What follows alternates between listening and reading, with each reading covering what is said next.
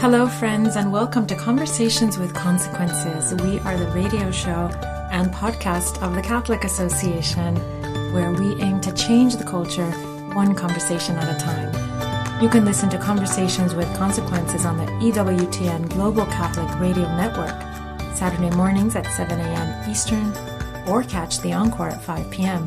We are also on Sirius XM Channel 130. Of course, our radio show is always a podcast.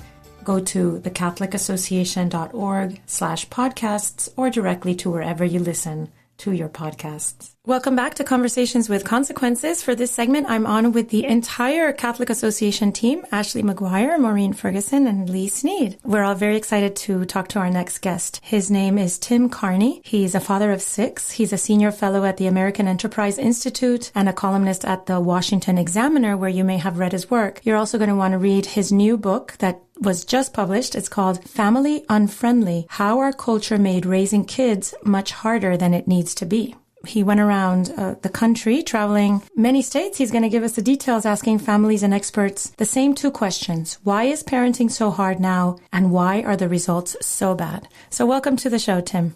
Thank you. Thanks for having me. Well, give us like an overview of your book. I mentioned that you traveled around and made interviews. So the few phenomena that really jump out at me, one is just children are more anxious. There's pediatrician groups, all sorts of folks have said there's actually an epidemic of childhood anxiety. Parents are definitely stressed, and the birth rate is falling to record lows. And, you know, we've had fewer babies almost every year in America for 15 years going on now. And that's through good economic times and bad economic times. And it's up and down the income scale. So to me, that points to a problem in our culture, and that we have a culture that doesn't adequately support families. Now, I'm a guy who thinks that the nuclear family is the most important institution we have, right? I think my job as a dad is up there. I'm a dad and a husband. That's my main jobs. But I also know that a nuclear family isn't sufficient to raising kids, that the family needs support, and that comes from community institutions. That comes from the broader society. To some extent, it comes from government saying family comes first and privileging family over everything else. And we no longer have that. And so that's why young people aren't. So it goes across all aspects of culture. Parenting culture is off the rails. Like local little leagues get replaced by these intensive, expensive travel leagues. You got dating and mating culture is all messed up, and 20-year-olds aren't getting married. The apps are getting to their brains. They have bad ideas about sort of against commitment. And ultimately our cultural values are not consistent with family. The idea of commitment, the idea of laying down your life for other people, the idea that we're supposed to sort of inherit or get a cultural inheritance that we pass down to the next generation. A lot of those things seem old-fashioned. And so to have a healthy, happy family, you need to be kind of countercultural.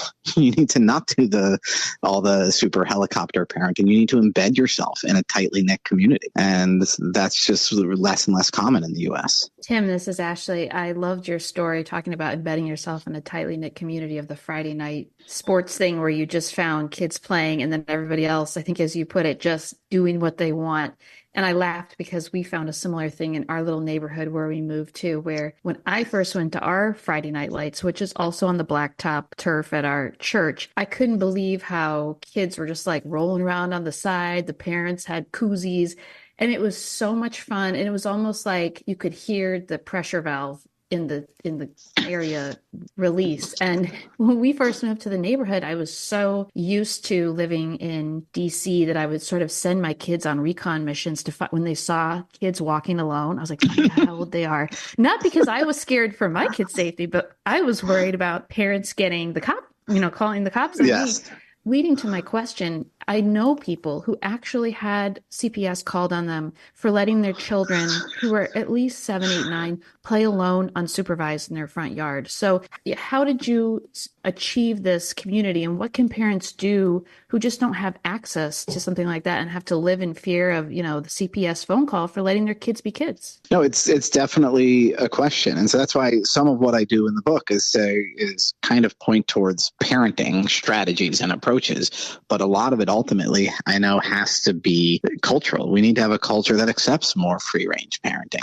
So one thing is that parents can absolutely lead the other kids in your neighborhood that are set to to free to walk around, that made it easier for you to say, okay, this is what I wanted. I wanted my kids to be able to walk around, and these other kids are setting this norm that does that. And in addition, so I used to live in Silver Spring, Maryland, where free range parents would get in trouble with the cops. But at our local playground, I actually had the opposite experience, where this one mother emailed me. She was like, so I keep meeting your kids at the playground. And I found your email address on the neighborhood listserv, and I just wanted to reach out to you. Your kids are really nice, and I think it's great that you send them there unattended. She wanted me to hold her hand to become more free range. So that's going to be part of it, is if it's just a cultural aspect, you can lead a community towards being more free range. But in some places, they had to pass actual laws in some places to make it legal. So Utah passed a free range parenting law, and that's what you might need in a place like Maryland. But Tim, explain for our listeners, what's the connection between free range parenting and easier parenting? Because maybe that's not so obvious. Yeah. So the story I tell in the book is at a family fish fry back when we lived, St. Andrews was our parish in Silver Spring. And I was talking to the pastor, and he was saying, or the younger priest actually, and he was saying how a lot of the things a parish used to do have been replaced. And so feeding the poor is done by the county government, and the CYO sports get replaced by these intensive elite sports, especially Montgomery County, Maryland. And so he says, what should we be doing? What are the unmet needs of the people at this fish fry in this parish? And I said, to be honest, Father Bill, what we need is a place to bring our kids and ignore them while they run around. Yeah. And that's the Friday night T-ball, which is really just like an excuse for letting the families run around. But also, besides an actual outing, an actual neighborhood, when kids are free to roam the neighborhood, when there are sidewalks, when they don't get arrested by CPS for it, then the kids are healthier and happier, and the parents get to relax. So first, on the kids front, the Pediatrics Journal recently put out an op-ed saying that the rise in childhood anxiety is due to the fact that kids every minute is planned, that they don't get independent play free from the supervision of adults. Yeah. That makes their childhood less fun and makes them less able to come up with to deal with their own problems. So, like they are lacking inner resources. Yes. But what I say at the end of the preface is spending every minute supervising, planning, driving, and fretting, and spending every dime on training, enriching, and keeping kids busy isn't high quality parenting. It's just following the dumb rules of a family unfriendly culture. So, dear reader, please send the kids outside, grab a drink, and don't stop reading until someone comes back starving or bleeding. And so what I'm trying to do is evoke that line. It was so funny. Evoke the experience that a lot of us had as kids of getting kicked out and the door getting locked. And maybe we didn't like it at the time, but it definitely made us better. Oh, we definitely never came home until it was getting dark in my neighborhood in Reston, Virginia. But all five of us, we would wander in the woods and play kickball in the neighborhoods. Never came home until it started getting dark. So, Tim, in your book, you explore a lot of reasons for the baby bust. And one of the obvious reasons is that fewer people are getting married, or if they're getting married later. So, of course, marriage delayed means children delayed, means fewer children, of course. But you go all the way back, and you mentioned this when you were giving us the overview of the book, the dating market, the dating culture, and appified dating, and just how weird and distorted the dating culture has become, such that young men are even afraid to ask a young woman out. So share with us more what you talk about in the book on that point. Theoretically, dating apps should have made dating easier because they clear up the questions, that all of us wrestled with when we were teens, college kids, young adults. It's like, I like him. Does he like me? Yada, yada. So you get the double secret consent by the swiping on the app. So you're only connecting with people where you mutually have expressed interest. One of the things I found, is that having that kind of double secret consent has programmed people to the point where they think nobody's even allowed to sort of hit on me or ask me out unless I've given them permission to do it, which is the opposite, which would be totally illogical in an unappified dating market, because how are you supposed to find out if somebody likes you without talking to them, flirting with them, asking them out? But so now there are multiple polls that show lots of people think it's just inappropriate to ask somebody out, and that dating the friend of your friends, well, that's perilous, because then if it goes wrong, then it creates all sorts of problems. But of course, friends of friends is the best possible way to meet somebody, in my opinion. And then there's even this story of this guy, Simon, who played on a co-ed volleyball team. And he really liked this girl on his volleyball team. He was afraid to ask her out because he thought it would be inappropriate. It would somehow be abusing the volleyball team connection to ask out a girl. And I was just thinking, the point of a co-ed volleyball team is for you to meet somebody of the opposite sex. Absolutely. It's not the volleyball. And not to mention that any sort of office romance now is completely verboten. And of course, that used to be a very natural place to get to know someone, meet them. You know, it's the stuff of sitcoms, but now it's completely verboten. Yeah, and so that moving dating out of normal human interactions, out of circles of friendships, out of social life, into its own thing that's mediated through this app, that's actually led to less dating, less marriage, and later marriage. One of the questions I ask in the book is, how could we have a sex recession given the sexual revolution? And I say, well, I think that actually the sexual revolution has led to this case where dating is scarier for women, because it's just more assumed that, you know, first date, casual sex is going to happen, and who knows how that's going to go. And second, it's more terrifying for men to ask a girl out, because there's, 1 in 6 women said that would be sexual harassment. And then it turns young people into more perfectionists, because there's this illusion of an infinite number of people out there. And so what we've gotten is not a world where everybody's free and happy and free of all the old-fashioned rules, but where more people are afraid and alone. And Tim, do you find that this is Lee, by the way, people, especially like in Catholic young adult communities in cities like DC, are so worried about just like going out for coffee or ice cream or something completely innocuous, even if it's not going to be a total love connection and you're not automatically, like, by the second date discerning marriage and family. I mean, I feel like there's so many, I think there are people who are sort of rebelling against this anti-marriage culture, but it's almost going a step too far, where they're missing sort of just the joys of getting to know the opposite sex by, like I said, like having an ice cream, a drink, a coffee, roaming through a bookstore, if there are bookstores left, like that kind of thing. Like, are they jumping ahead to like, okay, is this marriage? Is this marriage material? Are we going to, do we want the same things? Where do you fall on the spectrum of Catholicity? What about that? Well, I had this one experience.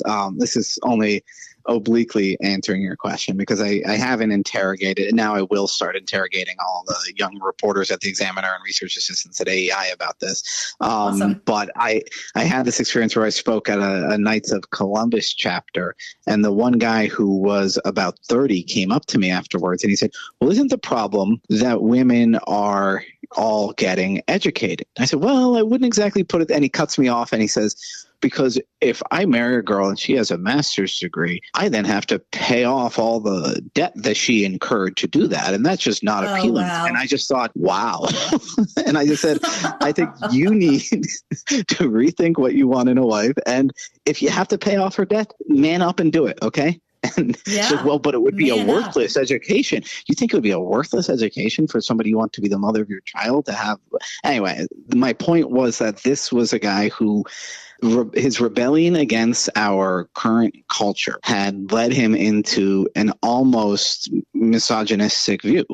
And it was a sort of Catholic version of what I see as this problem that, where Andrew Tate, who's this horrible online influencer, has this appeal to young men who just, what they hear from their public schools is, well, you really should be more like women. You need to be feminized. All masculinity is toxic, da-da-da. And so you see these two extremes. And I think that's absolutely deadly if young men are being pulled towards a violent sort of misogyny or as the only option to being feminized. And that's one of the reasons I try to lay out a positive vision, which is be, to use some internet terms, a wife guy and a proud dad of your large adult sons.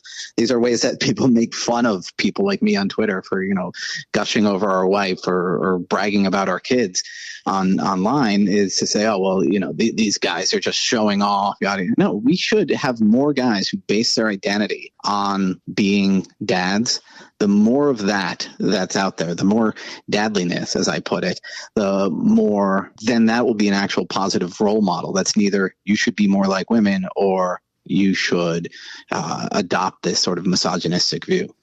Yeah, my husband has actually been trolled online for referring to me as his bride, which why do people even care? But they were really upset. They're like, a bride is a one-time thing and you're done. But, it's. Now I'm going to use that every time that I post. Every time. Yes, that's what he does too. He makes up occasions to use it now. Tim, why should people care in general that there is a baby bust, that there's a demographic cratering going on? Because I find that a lot of people are not paying attention. And when you point it out to them, they don't get the point. What's the point? Well, and when you're a guy, when you're a man like me, like they're saying, what is this, some Handmaid's Tale stuff? This is kind of creepy. I've repeatedly gotten that, like, this is creepy that you're caring about women's issues. Now, first of all, having kids is not just a woman's issue. It takes two to tango, and parent and dads should be involved in raising their kids. But second of all, there's tons of reasons. So the economic one is kind of the easiest one. We already have fewer children in America than we did 10 years ago. The working age population is flatlining. And so in 20 years, we could have a shrinking population of people who could possibly be working. And so that will just further the spiral. And that's what's happening in Japan and South Korea right now. And so what that means is there's fewer people to do productive work while there are more retirees than ever. So all your retirement savings are worth nothing if there's nobody who answers a call when when your pipe springs a leak and you need a plumber. But that's the economic reason. And to me, that's almost the least interesting reason. More importantly, babies and children make the world happier. And it was kind of funny. I found myself digging through all these papers, sort of establishing how people are more hopeful when children are around, in the short term, in the medium term, in the long term, how happier people are more likely to have kids younger. And I realized I was looking for social science to prove that babies make us happy, which is actually an obvious thing to anybody who's experienced life like that. But more importantly, I think the baby bust reflects a real cultural sickness. I think it reflects something deeper that's wrong with us. And in the last chapter of the book, I call it civilizational sadness, a belief that we're actually not good. In the second to last chapter, I talk about a culture of sterility, a real desire to eliminate risk from your life, which then leads to this total isolation of saying, well, other people is risk. Commitment is risk. Relationships are risk. I'm going to play it safe and just have transactions, just have one-offs, just sort of live my life in the marketplace instead of in a thriving, life-filled environment. And so those are the two cultural maladies that I think underlie our baby bust. And replacing children with things like dogs. Right. So I'm the most pro dog guy who's ever written a book about the baby bust. I love dogs. But yes, you're exactly right. There is this idea that the word fur baby, though, still drives me crazy. People describe their dogs as fur. I was like, so are my babies just flesh baby? What are we supposed to call them? Skin babies. But when you take your dog to the vet, they're like, your little girl is great. She's here. And they're like, no, that's not my daughter, not my girl. It's very annoying. And there's AI. AI is I'm sure is gonna be wanting to replace children with people, fake little ones that interact with you. That's sort of scary. Absolutely. And one guy said to me, one bartender, when I told him what I was writing on, he said, oh, none of my friends want a girlfriend because they say they can get from their phone anything they could get from a girlfriend. Wow. Oh, wow. Yucky. Well, but the phone won't nag you, and nagging is what, makes you straighten up and fly right. Yeah, nagging works. I did not sign up for this right now.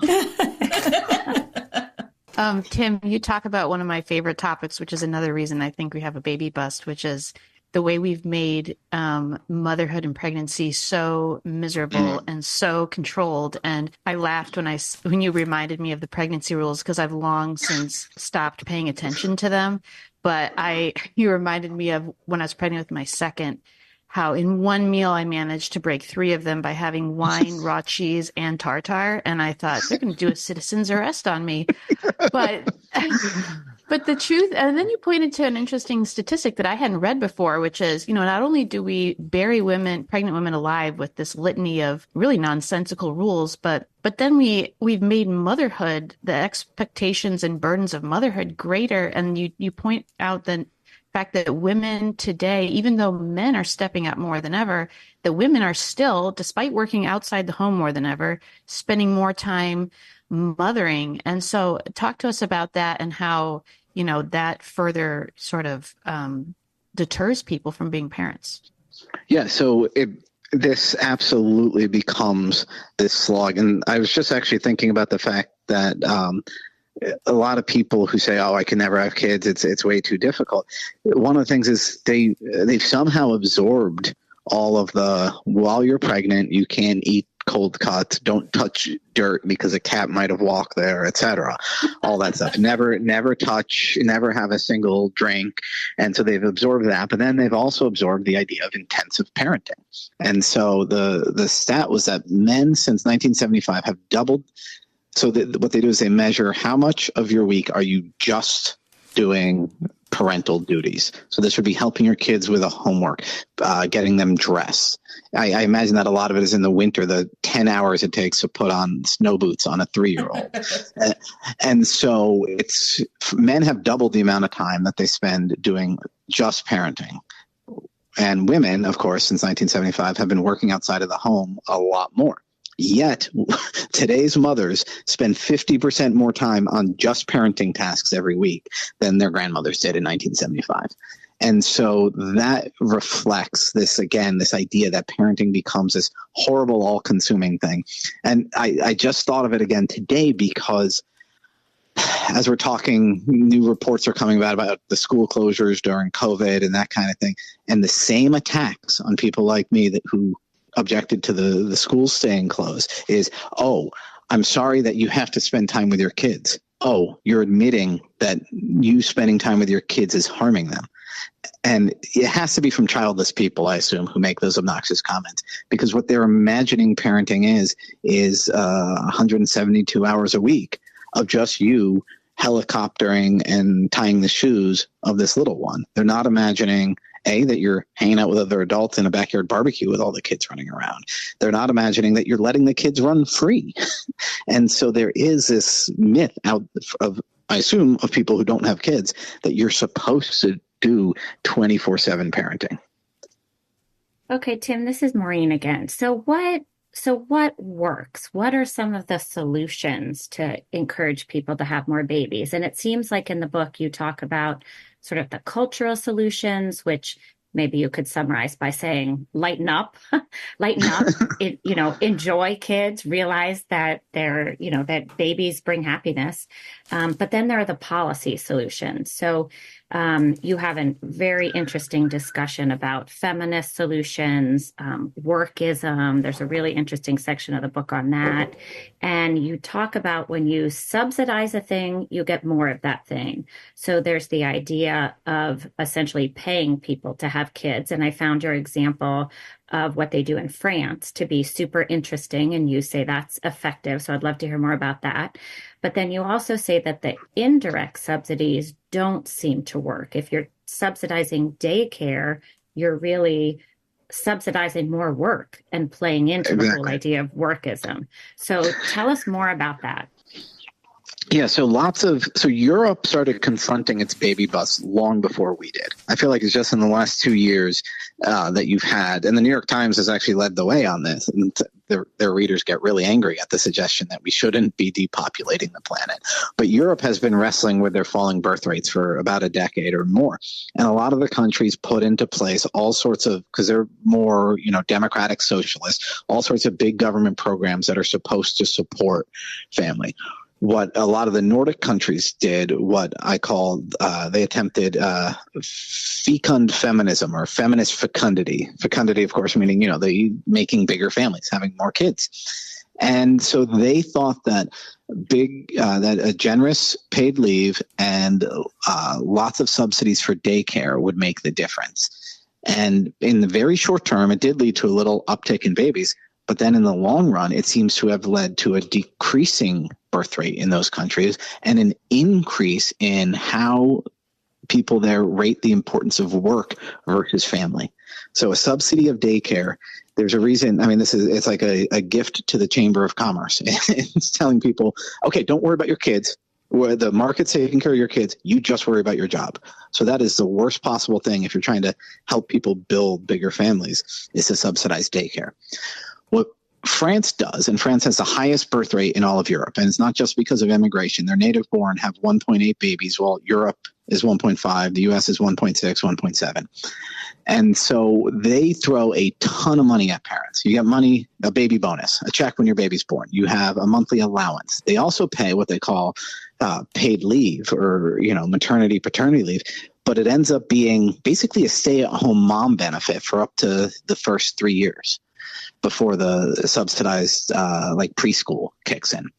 And so they actually have had success, and what shows is that a vast majority of mothers, when they have the option to, they stay at home rather than go back into the workplace, even though they would have free daycare at ages 1 and 2.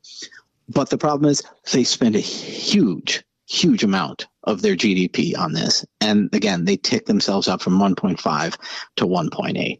And wow. So massive spending can work if it's directly to the parents, but it's super expensive. And if it doesn't change the culture, it's only going to do so much.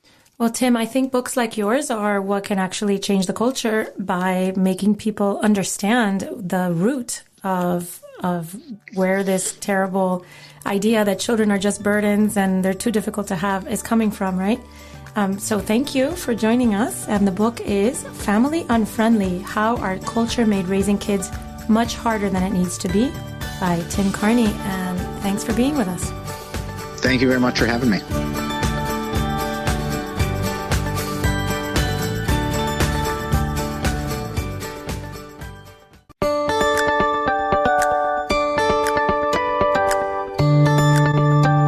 Welcome back to Conversations with Consequences. I'm your hostess, Dr. Gracie Christie, and we're delighted to have with us a focus missionary, Anthony Cirillo. He's at the University of Cincinnati, working with some wonderful Catholic students there. Welcome to the show, Anthony. Thanks for having me, Doctor. Maybe a lot of our listeners know what focus is, but maybe some don't. So can you explain to us what focus is? Yeah, absolutely. So focus stands for the Fellowship of Catholic University Students, and I'm a full-time Catholic missionary to college students, and I serve on one campus at the University of Cincinnati, and we actually serve over 160 campuses around the U.S. and a few in Europe.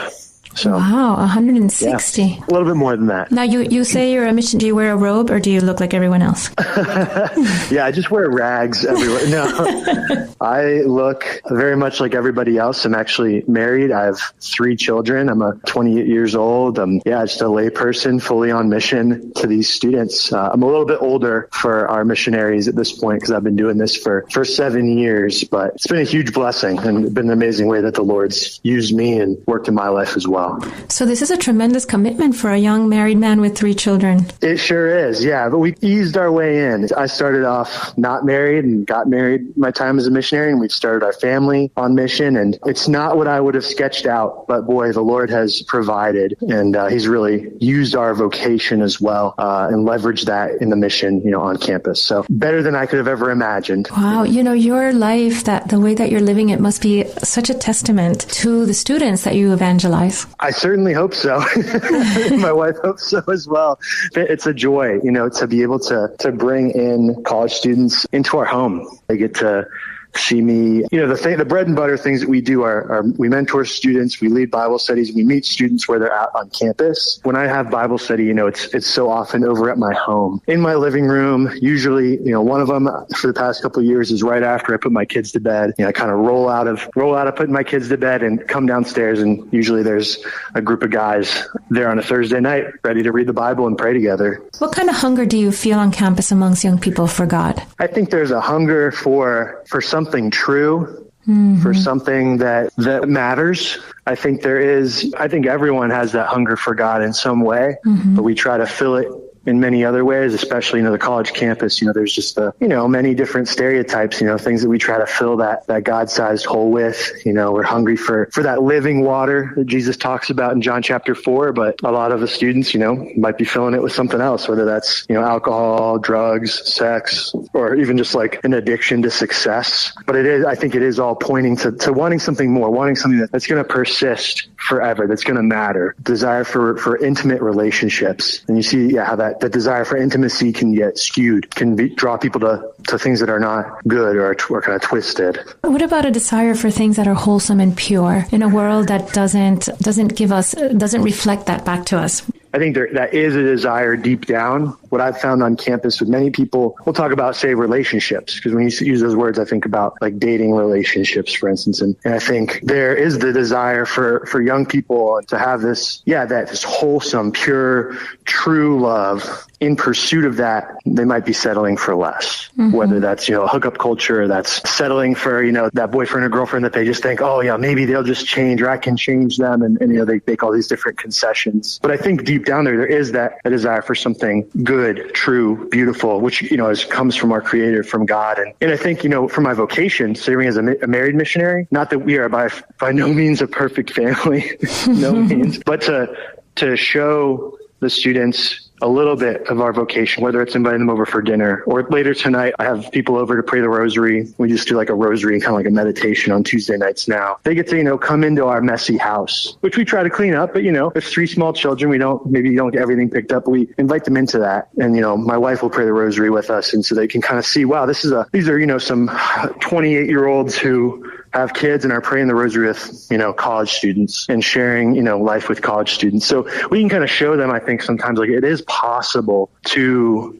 be in a faithful marriage with children. That can be stressful. It can be hard, but it's really, really beautiful. So that's a great testament, a great witness that you give to young people to invite them into your home and see a young marriage and a young united marriage, a marriage united around God. And when so many young people, as we know, come from broken homes, they've never had that model to aspire to. Yeah, certainly. I mean, we've just seen it and even just other missionaries. We've had a teammate a couple of years ago, and she became my teammate right after we got married. And I remember she asked my wife at a dinner early in the year, we'd been married only a few months. She's like, how are you guys married? And I remember hearing this and I was like, ouch, like, I know I married up. I know, but like, ooh, that really stung. And what actually the backstory to that was she had come from a tough home environment, where there was the marriage ended, there was a divorce. And so she wasn't asking, how did this guy, get married to this gorgeous, amazing woman, so much as it was, how are you actually living this vocation? I don't think this is possible. And I do remember, thanks be to God, 2 years later, and this is a teammate who, we spent a lot of time with together. She was there when our oldest was born, just in the hospital, back in those pre-COVID days where you could have a bunch of people visit you in the hospital. But I remember my teammate, at the end of her time, and we were a team together for 2 years, she remarked that, now she saw that vocation as possible, and the vocation of marriage is possible and attractive. And now I think she hasn't got married yet, but she's engaged. And it's just like, wow, like we got to play a little bit of a role there, that the Lord used us. We didn't sketch it out like, oh, we're going to make sure we invest in her and she'll have this, conversion or something necessarily, but we're just going to love her and, invite her into our home life. And then the Lord did the heavy lifting. So it was awesome. I remember being a college student, and I remember being very lonely sometimes. And my own children who've gone to college or are in college now talk about their loneliness. How big a factor do you think loneliness is in college students' lives? I think it's huge. I mean, especially even before COVID, even before the social isolation, I think there's like something in the air that they're breathing that's like, if I don't live a certain way, if I'm not going out with everybody, if I'm in my room alone on a Friday night, that is the worst thing ever. And I think there's can be this illusion that in order to have friends in college, you have to partake in certain activities, we'll say, like whether it's drugs, alcohol, going out, And I think like a joy in part of my job is showing the student like, hey, is connecting people. I love connecting people. It's showing that student who says, man, I don't got anything to do Friday night. Like, I guess I have no other choice but to either sit in my room and twiddle my thumbs or go hit the bars with my fake ID.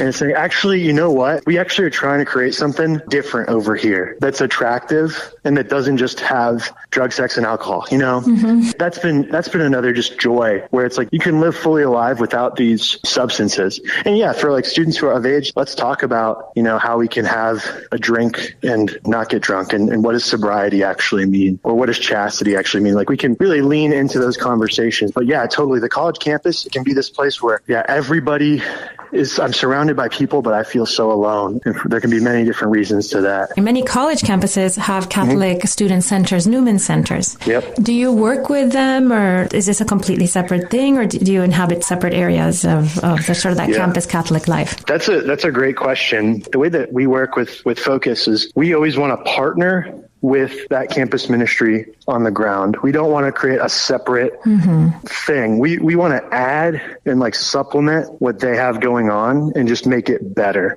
We want to like broaden their reach, hopefully. We aren't going to create events that are like going to rival the Newman Center's events, but we also want to bring people to the Newman Center. We want to bring them to Mass. And maybe we also want to like make some of those events better sometimes. Maybe there's like a suggestion a missionary can make. Say, hey, like if we thought about doing this, maybe this could help us reach more people on campus. So we very much want to come in and respect and honor what's been going on at the Newman Center and then say, how can we help? How can we add here? Never want to become like a competitor. If you're just joining us, we're talking with Anthony Cirillo. He's a Focus missionary at the University of Cincinnati. Anthony, recently over 175 students from the Archdiocese of Cincinnati attended Seek 21. I know that Father Mike Schmidt, who was a guest with us recently, gave an amazing message. How did it go over this year with the pandemic and the change? I know that the format had to change significantly. Yeah, I mean, so Seek 21, if we rewind pre-COVID, Seek 21 was going to be in St. Louis, and we were hoping to have, probably close to 30,000 people together over the new year, reining in 2021, but obviously COVID changed that. Yeah, thanks be to God, like you said, we actually have 3 campuses with Focus in the Archdiocese here, and through some planning and some creative planning and collaboration with the Archdiocese, we were able to kind of do a remote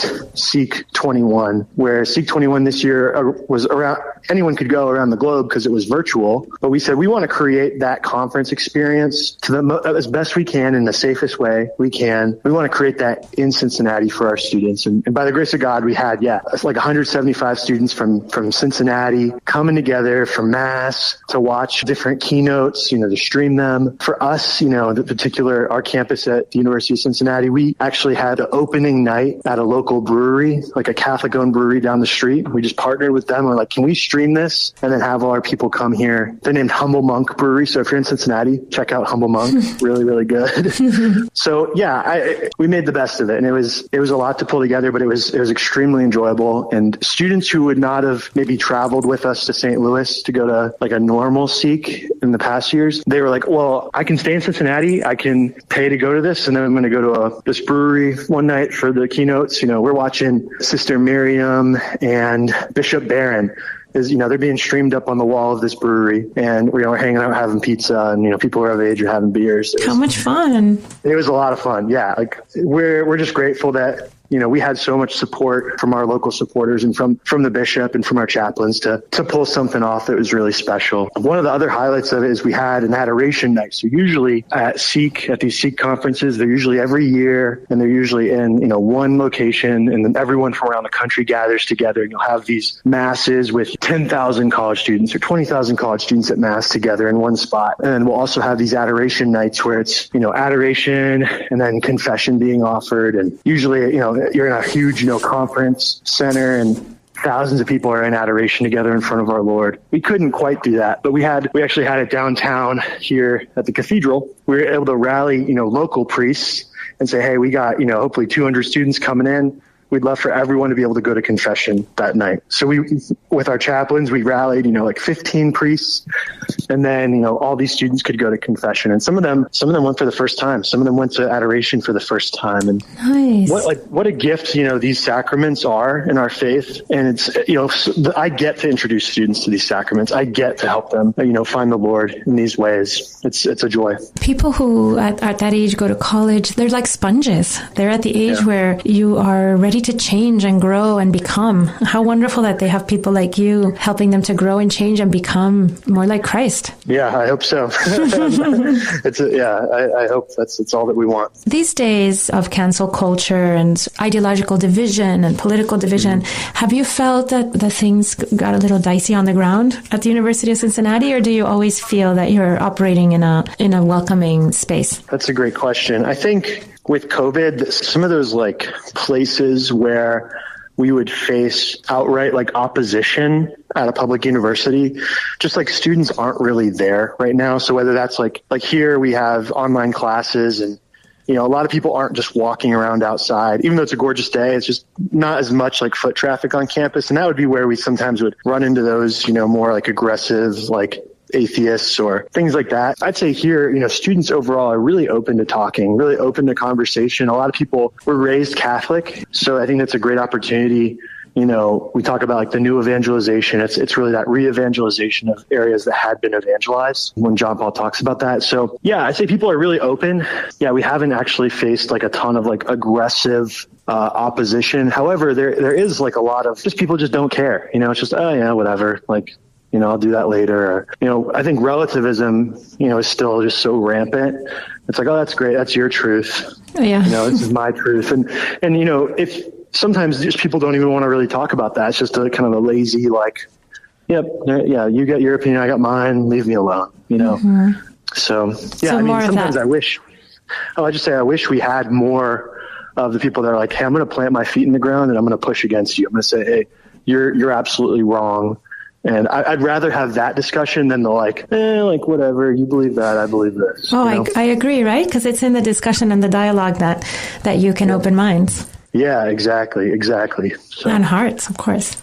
Yeah. The Lord, you just let the Lord come into that and just through friendship and charity, hopefully that's a powerful witness. And then, yeah, if you have that opportunity to logically try to walk through a few things with people, that's great. But usually it takes a while. It's not one conversation, as I'm sure you know. Anthony, people who are listening who maybe have a kid in college, how do they find out more about Focus? How can they point people towards you? And also, before we get off, I want to hear about how you're funded and how we can help you.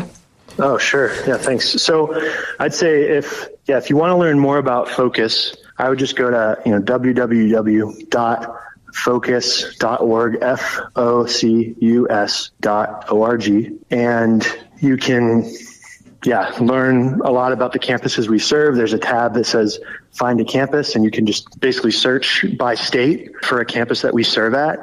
If you are searching and you don't see that campus that maybe your child or grandchild's going to, there's another resource called the Digital Campus, which is we have missionaries in Denver and across the country that will invest in students digitally and just reach out to them and mentor them from a distance. Oh, that's great.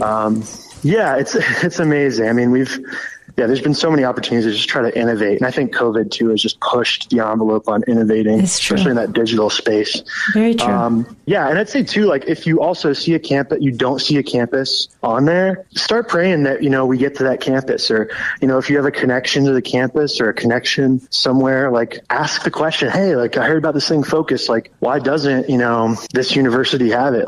Maybe knock on a door and ask the question. Yeah, that's how I'm here at Cincinnati. It's a whole other story. So, and how can people donate to this great cause? Because I'm assuming this is kept alive on donations and people being generous all across the country. 100%. I mean, I would say I don't just I thrive on support. We not only survive, we want to thrive on the support. And that's really what that looks like for every missionary, as a team of dozens of individuals and families who are praying for that missionary and financially giving to support the whole budget of that missionary, the salary, and then all the stuff that they need to buy on campus or everything. It's everything. So the way that you can support a missionary is you could also just go to, again, like focus.org, and then you could just say, find a missionary. And then if you know a missionary, or you could look up me, for instance, just Anthony Cirillo, Cirillo.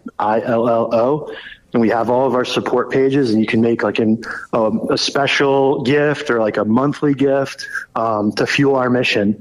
If you even have a campus near you, say, you have a child or grandchild that's going to campus, nearby, and you want to support that team, you can look up that campus. And there's even a way to give to a particular like team through our website, focus.org. So pray for us, and then like give, and then spread the word, because so many people don't know that we're on 160 campuses. They don't know that we have over 800 missionaries serving on those campuses. That it's really, in some areas of the country, Focus is one of the best kept secrets of the church. I'm a little biased, being a on-campus missionary, but Anthony, I'm 100% sure that you're doing tremendous work and exactly where you need to be, which is with the youth, the future of our country, the future of our faith. How wonderful that people like you are available for them. And I urge my listeners, go to focus.org and donate. Find Anthony Cirillo or one of his brother missionaries or sister missionaries. You have women too, right? Yes, men and women. Yep. Each team is about 2 men and 2 women usually. Oh, well, wonderful. So please go to focus.org and help these wonderful young people out. Thank you, Anthony, for joining us. Thank you very much, Doctor. And now Father Roger Landry offers us, as is customary, a short and inspiring homily to prepare us for this Sunday's Gospel. This is Father Roger Landry, and it's a privilege for me to be with you as we enter into the consequential conversation the risen Lord Jesus wants to have with each of us this Sunday. Last Sunday, as you remember, we concluded the first National Eucharistic Congress in 83 years and the first National Eucharistic pilgrimage in the history of the Church. This Sunday at Mass, we begin, almost on divine cue, a multi-week journey as Jesus seeks to lead us more deeply into the mystery of his life-giving love in the Holy Eucharist that the pilgrimage, the Congress, and the whole Eucharistic revival are trying to catalyze. The Church has been focusing at Sunday Mass this year, as we do every third year, on the Gospel of St. Mark. If we continue chapter by chapter in this progression, we would have tackled this week St. Mark's version of the miracle of the multiplication of the loaves, the only miracle of Jesus recounted in all 4 Gospels. But the Church substitutes for us here St. John's account of the same miracle, because St. John shows how Jesus used it as the launching pad for a long homily on the Eucharist, which will occupy our thoughts over the next 5 weeks. The miracle of the multiplication of the loaves and fish was a true miracle, something that happened in Capernaum during the time of the Passover 1 year before the Last Supper. But Jesus used this miracle as a sign of what he was intending to do for us in the Eucharist. Over the next several weeks, we will therefore, providentially, deepen our understanding of Jesus' self-gift in the Holy Eucharist. Today, we'll focus on the miracle of the multiplication of the loaves and fish itself. This miracle of the loaves and fish teaches us very clearly about how God generally works and what he expects of us. When Jesus saw the famished crowds, he could have easily worked a miracle from scratch. He who created the heavens and earth out of nothing, who fed the Israelites in the desert with miraculous manna and quails from heaven, could have easily satiated the hungry crowd ex nihilo, from nothing. He didn't need human or material assistance. But that isn't the way he acted. He first asked his disciples what their resources were. Were we to buy bread for all these people to eat? Philip replied that not even 6 months' wages, say $25,000 by today's standards, would have been enough to feed the crowd of about 5,000 people. The only one who had anything was a young boy who had 5 loaves and 2 fish, food that wouldn't be enough to feed a typical family, not to mention a strapping young adolescent.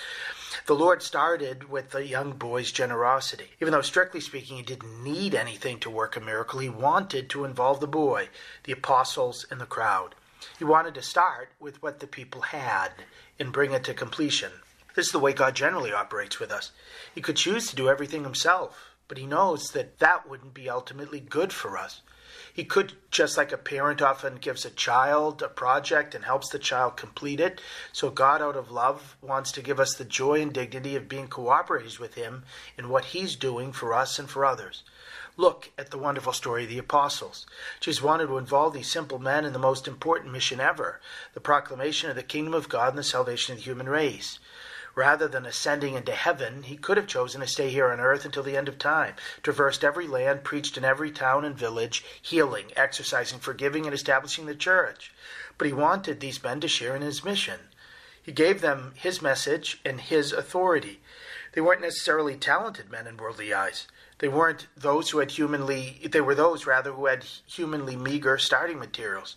They were sinners just like us, but those capable of saying yes to God, offering to him their goodwill and their talents, and allowing the Lord to multiply their offerings by his divine power. God wants the same from us.